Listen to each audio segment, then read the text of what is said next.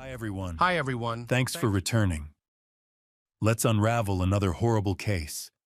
The case of Jeffrey Dahmer. Jeffrey Dahmer was born on May 21, 1960 in Milwaukee, Wisconsin, United States.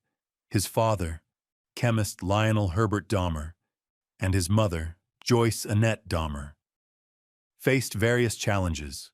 Joyce struggled with depression and possibly other mental health issues, which required her to take large amounts of medication, even during her pregnancy.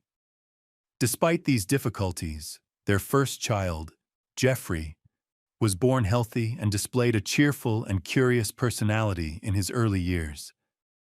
However, when he was about 5 years old, he developed a double inguinal hernia and required surgery. Initially, Jeffrey was described as an active and cheerful child, but after the surgery, his parents observed a change in his demeanor. He seemed more withdrawn and showed signs of depression. One day, Jeffrey witnessed his father taking an animal carcass from under the house and placing it on a tray. The sight caught Jeffrey's attention, and he became curious. Without hesitation, he began playing with it. His father, Lionel, whose job and academic career required him to move several times, eventually earned a doctorate in chemistry.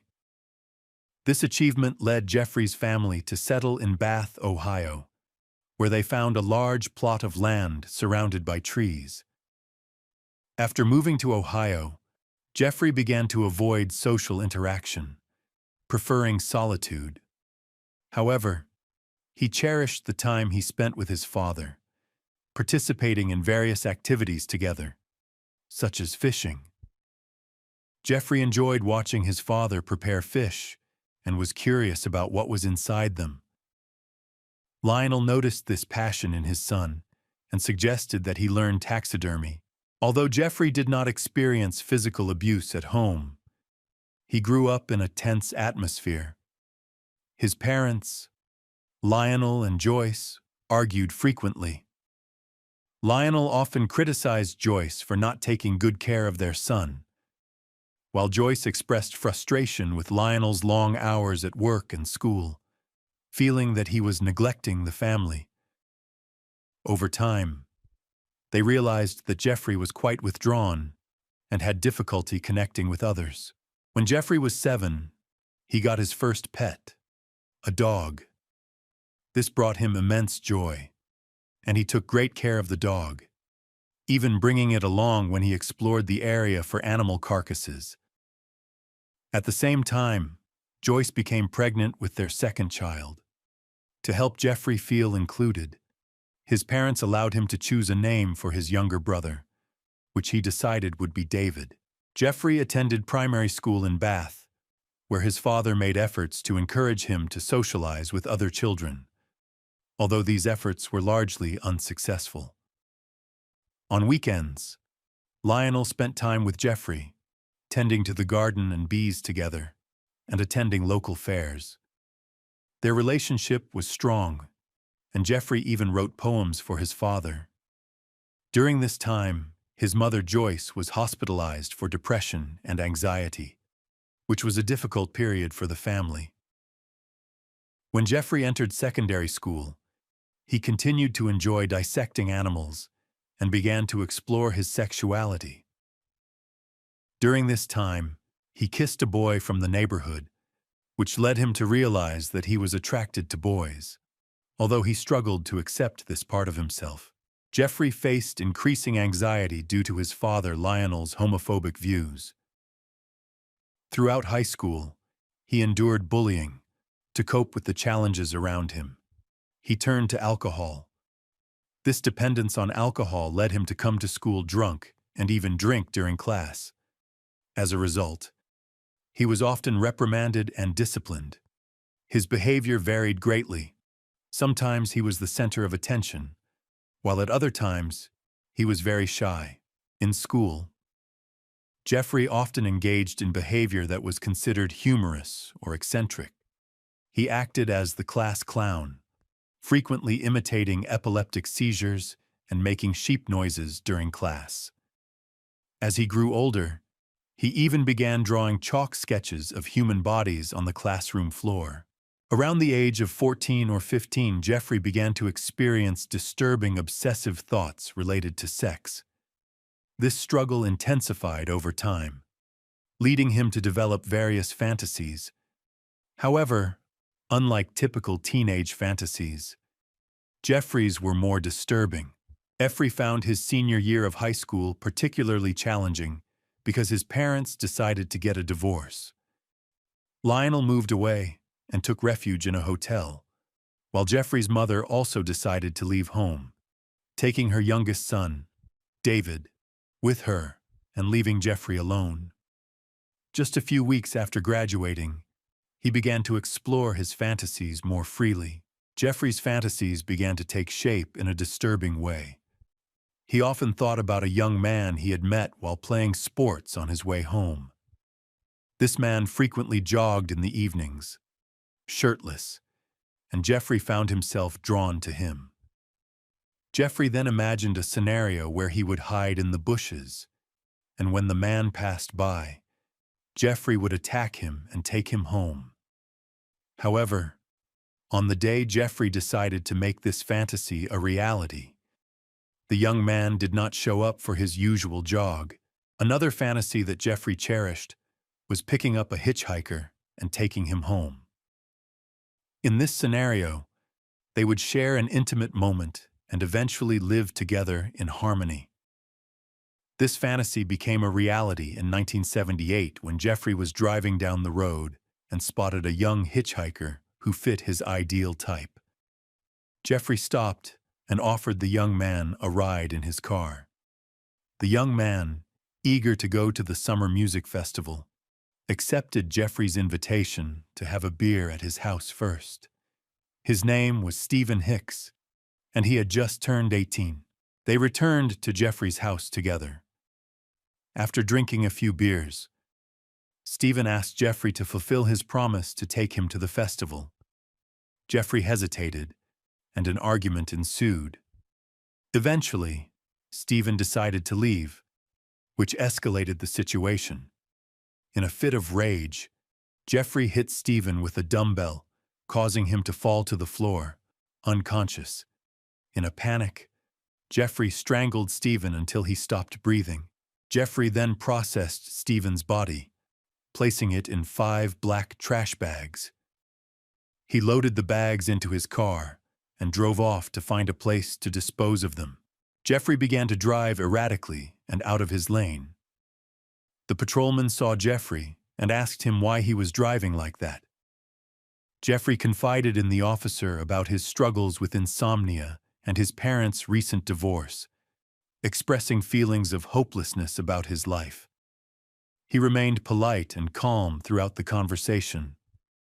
When the officer asked about the car, he explained that it was full of trash and that he was looking for a place to properly dispose of it. Jeffrey made a good impression on the officer, who asked him to return home. Jeffrey complied and returned to his house with the trash bags containing Stephen's body. He eventually hid the bags in the basement. The next day, he continued to process Stephen's body, attempting to crush the bones.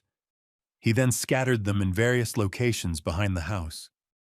In the days that followed, Jeffrey paid attention to newspapers and news reports, hoping to find any updates on the missing man.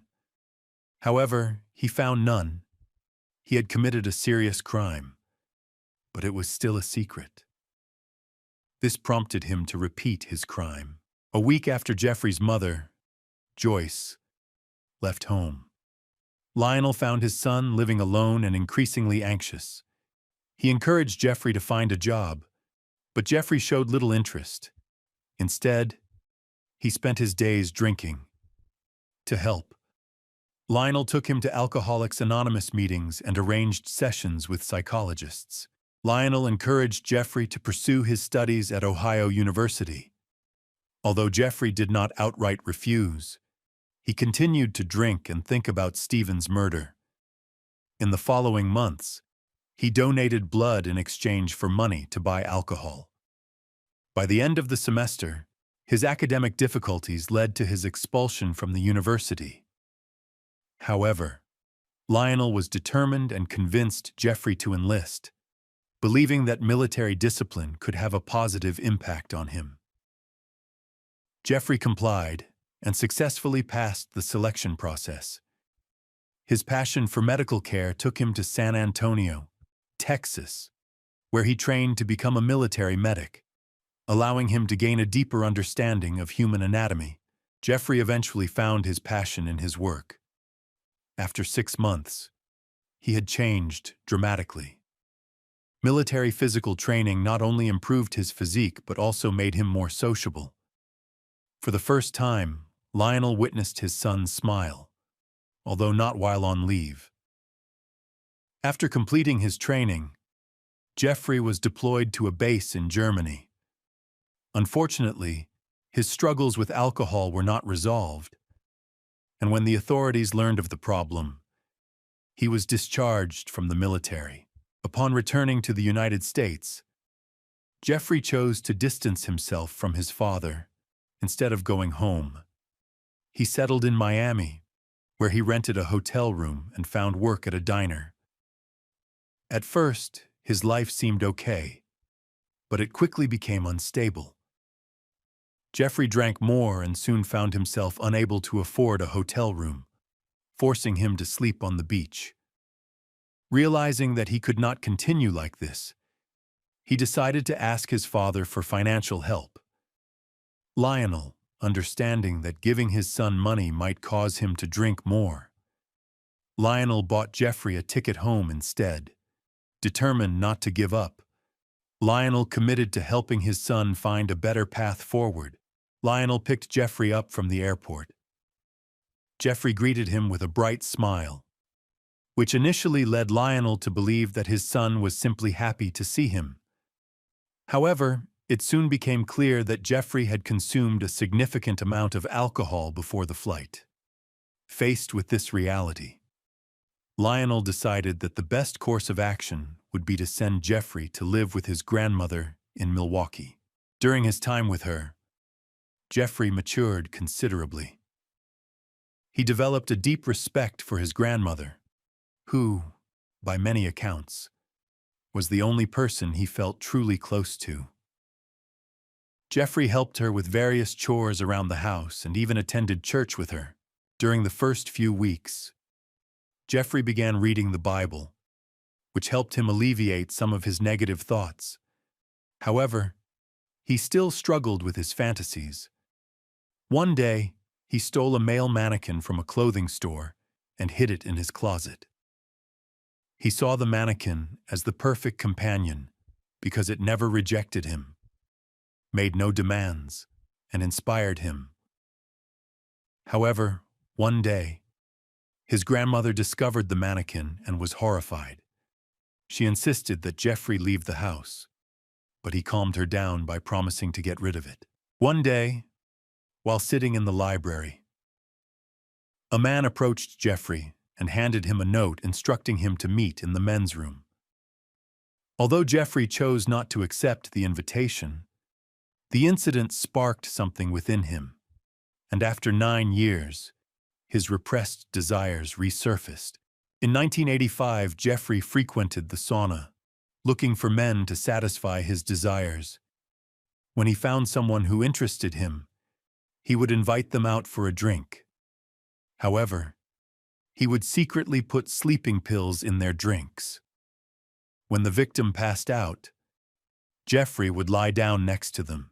After one of his victims was poisoned and hospitalized, Jeffrey was banned from the club he frequented. Despite this, he continued to seek sexual partners in other bars and clubs. He preferred muscular young men and did not care about their skin color or hair color. In November 1987, Jeffrey met a man named Stephen Tuomi, a dancer and waiter from Michigan. They fell in love and decided to spend some time alone together. They rented a room at the Ambassador Hotel in Milwaukee, where Jeffrey offered Stephen a cocktail that had been spiked with sleeping pills. When Jeffrey woke up the next morning, He found bruises on Stephen Tuomi's forearms and chest, along with blood coming from his mouth. Jeffrey did not remember killing Stephen and could not believe it had happened. However, he was in the same room as the corpse, which prompted him to quickly leave the hotel, cross the street, and buy a suitcase. He returned to the hotel, placed Stephen's body in the suitcase, paid the bill in the lobby, and called a taxi. A hotel employee helped Jeffrey carry the suitcase, which was so heavy that the employee jokingly asked if there was a body inside. Jeffrey replied yes, and they both laughed, unaware that the employee was helping to dispose of a body. Jeffrey then went to his grandmother's house with the suitcase and secretly took it to the basement. He began to process Stephen Tuomi's body. He placed it in trash bags and then moved the bags containing the body into the trash. Several months later, Stephen Tuomi's relatives filed a missing persons report after he was last seen the night he met Jeffrey while working as a waiter. Although police initially believed that Stephen had simply left, his family did not accept this explanation. They had been unable to contact him, and his belongings were still in his house. However, the investigation stalled, and there was no explanation for Stephen Tuomi's disappearance. After not being held accountable for his actions, Jeffrey increasingly embraced his dark desires and became a serial killer. Over the next 5 years, he committed multiple murders on his free nights and weekends. After 3 months of searching for new victims, Jeffrey met a 14-year-old boy at a bus stop near a club. Jeffrey approached the boy and offered to pay him $50 to sleep with him, and unfortunately, the boy accepted the offer. They took the bus to Jeffrey's grandmother's house, where she was sleeping while they went down to the basement. There, Jeffrey drugged the boy and then strangled him. He became more perverted, abusing the boy while he was dead. As the body began to decompose, Jeffrey treated it like those of his previous victims. He began to dispose of the body of James Dockstader. He packed the body in plastic bags and threw it in the trash. The victim's name was James Dockstader. According to the Tampa Bay Times, James had run away from home 2 days earlier to escape his abusive stepfather. Although his mother filed a complaint, police showed little interest in finding him. Jeffrey's fourth victim was Richard Guerrero, a 22-year-old Hispanic man. They met outside a gay bar called Phoenix. Jeffrey lured Richard to his grandmother's house, promising to pay him to spend the night in the basement. Jeffrey drugged Richard with sleeping pills, then strangled him with a leather strap and began abusing him after he was dead. After satisfying his desires, Jeffrey put the body parts in garbage bags, which were picked up by a garbage service the next day. Richard's family urged the police to investigate his disappearance, but the officers believed he had left home voluntarily. However, Richard's sister believed otherwise and convinced her relatives to hire a private investigator. Richard's father, who worked at a golf course, spent all his savings on the investigator. But it turned out that the investigator was a fraud. Meanwhile, Richard's mother prayed daily for his safe return. Jeffrey's grandmother asked him to move out because she was fed up with him. He was no longer the grandson she used to go to church with. His drinking, his habit of bringing young men to her house late at night, and the stench from the basement and garage were too much for her to bear. As a result, Jeffrey had to find a new place to live. He rented a small apartment, where he stayed for a while as he prepared for his next victim. Jeffrey then found his fifth potential victim, a 13-year-old boy who came to his apartment. They met on the street, where Jeffrey offered to pay the boy in exchange for allowing him to take pictures. However, when Jeffrey tried to touch the boy got scared and ran away. The 13-year-old then informed his parents about the incident, and they reported it to the police. As a result, Jeffrey was arrested and charged with harassment. He received a 1-year sentence at the Milwaukee Correctional Center. Although he was allowed to leave during the day to go to work, he was required to return to the facility at night, just days before his sentence began. Jeffrey met his 6th victim, a 24-year-old man named Anthony Sears, on March 25, 1989. Jeffrey and Anthony met at a bar, and when the bar closed, they decided to spend the night together. They could not go to Anthony's house because his girlfriend was there. Jeffrey asked a friend to drive them to his grandmother's house. When they arrived, he took Anthony to the basement and committed his usual act. However, this time was different. After disposing of the body, he put it in several different garbage bags. Some of Anthony's remains he threw in the trash, while others he kept in his locker at work. During Jeffrey's trial, his lawyer successfully reduced his sentence to just 10 months in a rehabilitation center. Jeffrey's father wrote to the judge, asking that Jeffrey be allowed to attend an alcohol treatment program while incarcerated. However, the judge received the letter too late, and Jeffrey was released without undergoing any rehabilitation. After his release, Jeffrey upgraded the security in his apartment by installing cameras and an alarm system. On June 24, 1990, Jeffrey went on a killing spree. While at one of his favorite bars, he noticed a man named Raymond Smith. Jeffrey drugged Raymond and abused him before killing him. Just a month after killing Raymond, Jeffrey targeted another victim, 27-year-old Edward Smith. Edward was lured in with an offer of $100 to have his picture taken, with Jeffrey pretending to be a photographer. Edward was last seen alive talking to Jeffrey at a club. In September 1990, Jeffrey murdered his 8th victim, 22-year-old Ernest Miller. Ernest was attractive and healthy, and he worked as a dancer. He agreed to pose for photos in Jeffrey's apartment for $50, which put him in a dangerous situation. Jeffrey followed his usual pattern, plied Ernest with a mixture of alcohol and strong drugs, and this time, however, Ernest woke up before Jeffrey could strangle him, resulting in a struggle. Jeffrey attacked Ernest with a knife. After killing him, Jeffrey disposed of the body as he had done with his other victims. But this time, he took a more disturbing step. Not only did he handling of the body, he also put it in the freezer for later use. The foul smell emanating from Jeffrey's apartment caused complaints from neighbors. To explain the smell, Jeffrey claimed that his meat refrigerator had broken down. To solve the problem, he bought a large plastic barrel and filled it with acid to destroy the body parts. Although he was able to remove some of the evidence, the smell remained. It seemed that Jeffrey did not care about the complaints from the neighbors. On September 24, 1990, Jeffrey continued his killing spree, targeting David Thomas, a 22-year-old man whom he had met at the Grand Avenue Mall. Jeffrey convinced David to return to his apartment for a few drinks, offering additional money if he posed for a photo. After giving David a drink laced with sedatives, Jeffrey found himself not attracted to him, but was afraid David would be angry when he found out he was drugged.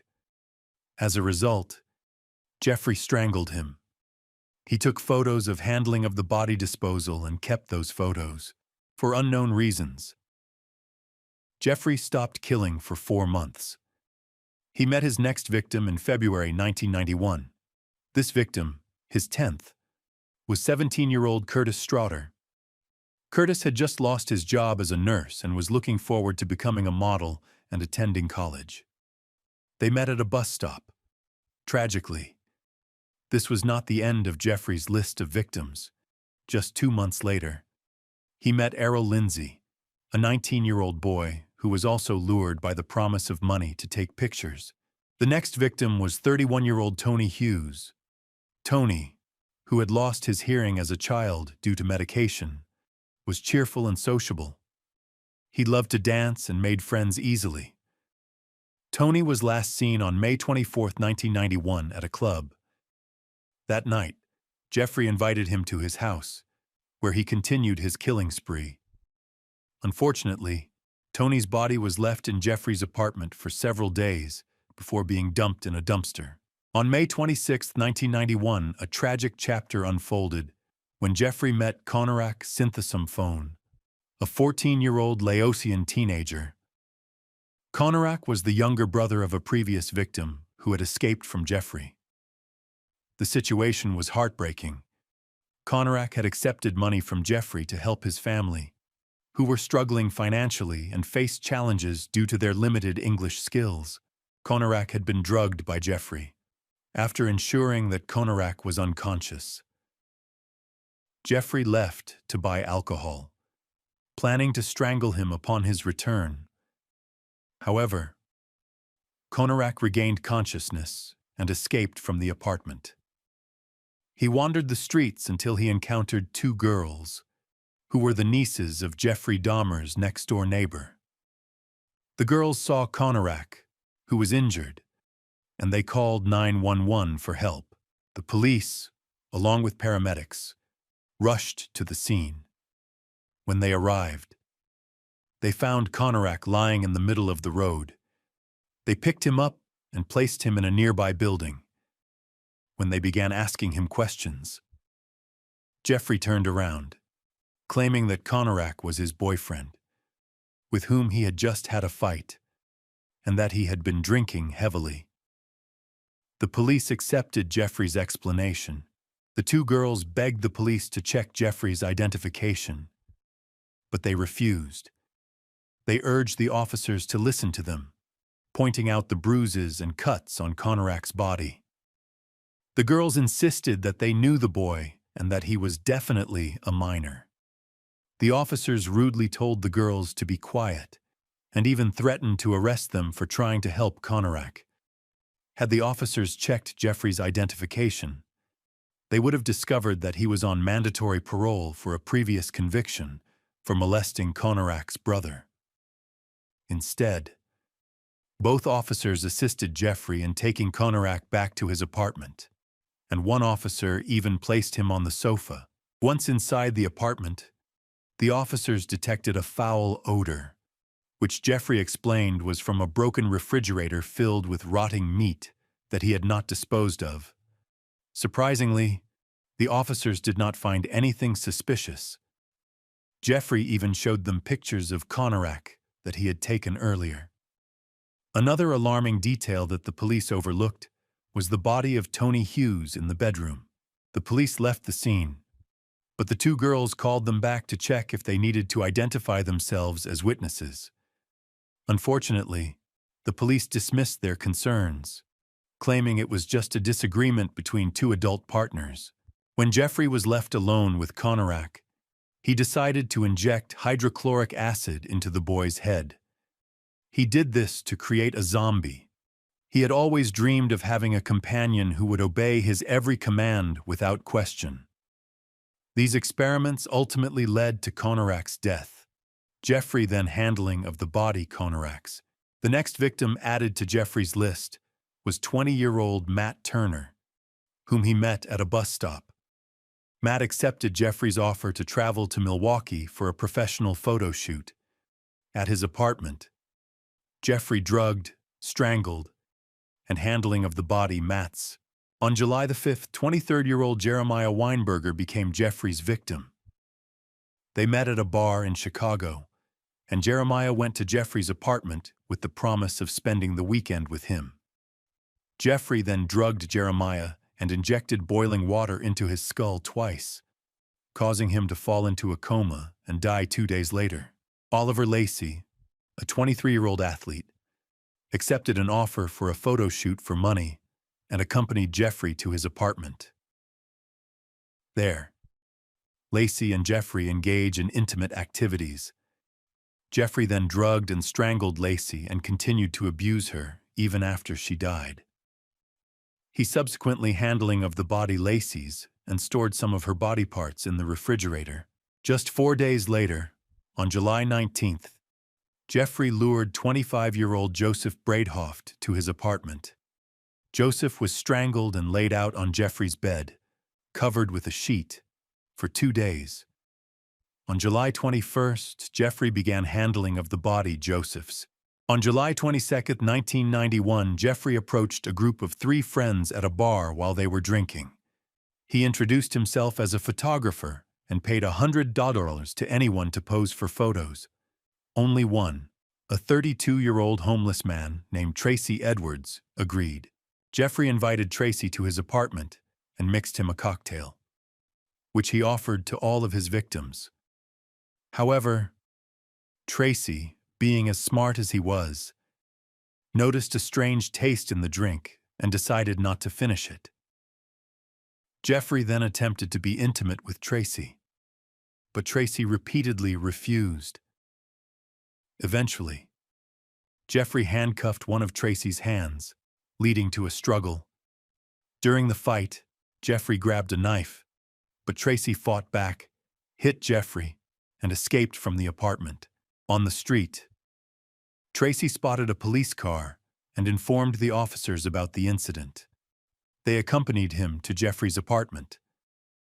Jeffrey tried to prevent the police from searching his place, but it was extremely dirty, and a strong stench filled the air. While going through boxes in Jeffrey's apartment, the police discovered gruesome photos of his victims. It was clear that they were dealing with a serial killer. This was the beginning of the end for Jeffrey Dahmer. The police searched the apartment and arrested Jeffrey. Inside the refrigerator, they discovered numerous human body parts. In a container filled with acid, they found more human body parts. They also found photographs that not only revealed the bodies of the victims, but also documented the many abuses Jeffrey had committed against them. Jeffrey felt relieved that he no longer had to hide such a secret that he had kept for so many years. When he realized that he would have to face the consequences of his actions, he chose to confess everything. His confession took 6 weeks to complete and spanned 159 pages, detailing every aspect of his crimes, from his first murder to his last victim. Jeffrey explained that at first, he just wanted to lie next to the men he had kidnapped. But over time, his desires became increasingly horrific. He admitted that the only way to keep his victims with him forever was to kill them. Jeffrey Dahmer claimed that he did not want to kill. Instead, he wanted a zombie-like companion that he could control indefinitely. Psychologists who worked with Jeffrey concluded that his motive was not abuse, but a desire for control. After Jeffrey's detailed confession, the court no longer had to prove his guilt. It only needed to determine his sanity. At the time, Wisconsin did not have the death penalty. If he were found insane, he would have been committed to a mental hospital indefinitely, although there was a possibility that he could be released in the future. The trial began on January 30th, 1992.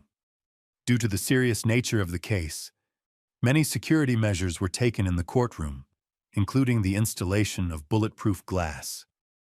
Throughout the 2-week trial, Jeffrey sat silently, listening to arguments from both the prosecution and the defense. Jeffrey's defense strategy was simple. They did not try to argue that he was not guilty of murder. Instead, the defense sought to have him hospitalized for treatment. They argued that he needed psychological and psychiatric help, asserting that normal people do not commit such heinous acts. The prosecution, in contrast, argued that under Wisconsin law, a person who remembers his actions and understands what they have done should be considered sane. A few days later, a verdict was reached. Jeffrey Dahmer was sentenced to 15 consecutive life sentences, plus an additional life sentence for a 1978 murder, bringing the total to 16 life sentences. Jeffrey expressed deep remorse for the pain he had caused the families of his victims and acknowledged their anger toward him. He was then sent to a maximum security prison in Wisconsin. During his time in prison, Jeffrey rediscovered his faith in God, recalling the times he had gone to church with his grandmother. He asked a local priest to baptize him, and the priest agreed. On July 3, 1994, a fellow inmate, Osvaldo Durruti, attacked Jeffrey, who was hospitalized but survived. Then, in November of that year, another inmate, Christopher Scarver, who was also serving a life sentence, attacked him. Christopher had been diagnosed with paranoid schizophrenia. Christopher disliked Jeffrey, who described himself as religious, a characterization that Christopher found insincere. In November, Christopher, Jeffrey, and another inmate, Jesse Anderson, who was serving time for murdering his wife, cleaned the inmate gym. They were also required to clean the locker room and restrooms used after gym class. When they were left unsupervised, Christopher seized the opportunity to carry out his dangerous plan to attack both Jeffrey and Jesse. First, he followed Jeffrey into the locker room, where Jeffrey was cleaning. He took a steel bar from the weight room and struck Jeffrey in the head several times. He then attacked Jesse in the same manner. Afterward, he left the gym and called security. Both Jeffrey and Jesse were taken to the hospital, but Jeffrey died en route. His death was confirmed upon arrival at the hospital. Jesse remained in a coma for 2 days before being taken off life support. In accordance with Jeffrey's wishes, his body was cremated, and his ashes were divided among his parents. When details of Jeffrey's crimes became public, protests erupted, focused on the fact that 2 police officers who handed over a boy named Conorak Syntha to Jeffrey were not prosecuted. The 2 police officers did not check the identity of the boy or Jeffrey and did not search Jeffrey's apartment. After the trial, the 2 police officers involved were suspended from duty. They later appealed the dismissal, and the judge ruled in their favor and awarding each $55,000 in compensation. After being reinstated, both officers resumed their careers.